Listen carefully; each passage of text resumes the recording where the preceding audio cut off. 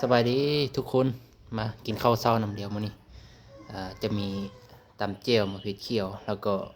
ปิ้งซีนหมูมากินน้ำเดียวพี่น้องนี่แซ่บๆนำกัน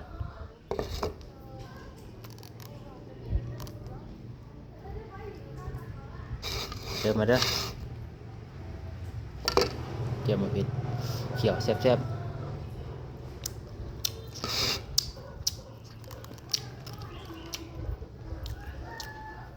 ข้าวเหนียวอุ่นๆมื้อเช้าแซ่บๆ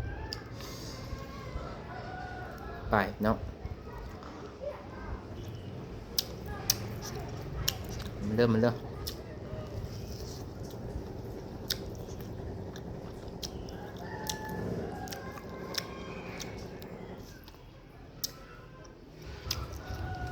เจียวมะเขือเขียวยังไม่ใหม่แซ่บๆมากินน้ำเดียว